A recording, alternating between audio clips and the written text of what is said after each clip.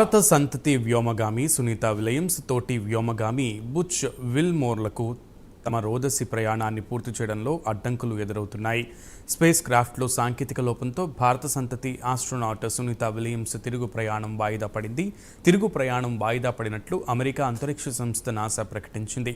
అంతర్జాతీయ అంతరిక్ష కేంద్రం నుంచి తిరిగి వచ్చే తేదీని ఇంకా అమెరికా అంతరిక్ష పరిశోధన సంస్థ ప్రకటించలేదు. దీంతో ఆమె మరికొద్ది రోజులు ISSలోనే ఉండనున్నారు.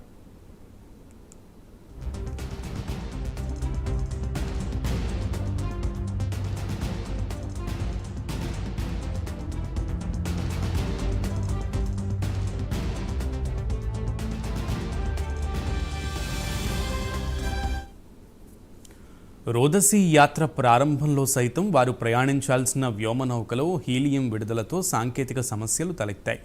దీంతో జూన్ 5న బోయింగ్ స్టార్ లైనర్ వ్యోమనౌకలో అంతరిక్ష కేంద్రానికి చేరుకున్నారు. ఇప్పుడు వారు జూన్ 14న భూమికి తిరిగి రావాల్సి ఉండగా స్టార్ లైనర్లో సాంకేతిక సమస్య వెలుగు చూడటం వల్ల వాయిదా పడింది. ఈరోజు వీరు తిరుగు ప్రయాణం కానున్నట్లుగా నాసా ప్రకటించగా ఇప్పుడు మరోసారి వాయిదా పడింది. అన్నీ కుదిరితే జూలై 2న వీరు తిరుగు ప్రయాణం ఉండొచ్చు.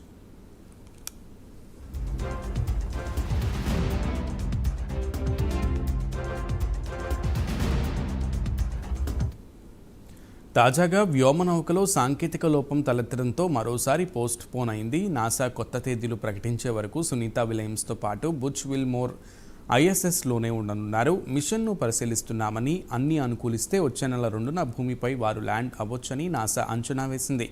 ISSలో ఉన్న మరో 7 వ్యోమగాములతో పాటు విలియమ్స్, బుచ్ విల్ సురక్షితంగానే ఉన్నట్లు నాసా తెలిపింది.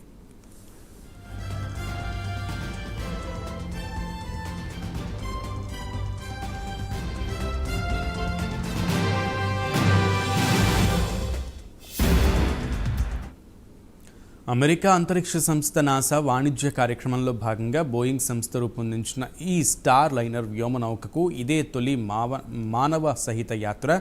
ప్రయోగం సమయంలోనూ దీనికి పలు సాంకేతిక సమస్యలు తలెత్తాయి. రోదసీలోకి వెళ్లిన తర్వాత కూడా కాస్త ఆలస్యంగా ISSతో అనుసంధానం కాగలిగిందని సమాచారం.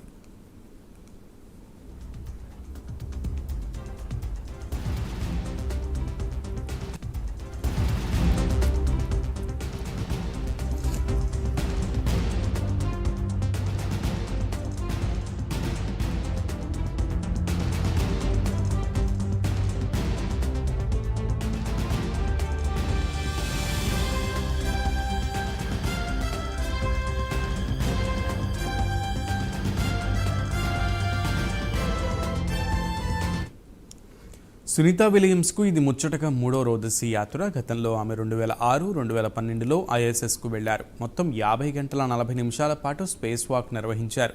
322 రోజుల పాటు అంతరిక్షంలో గడిపారు.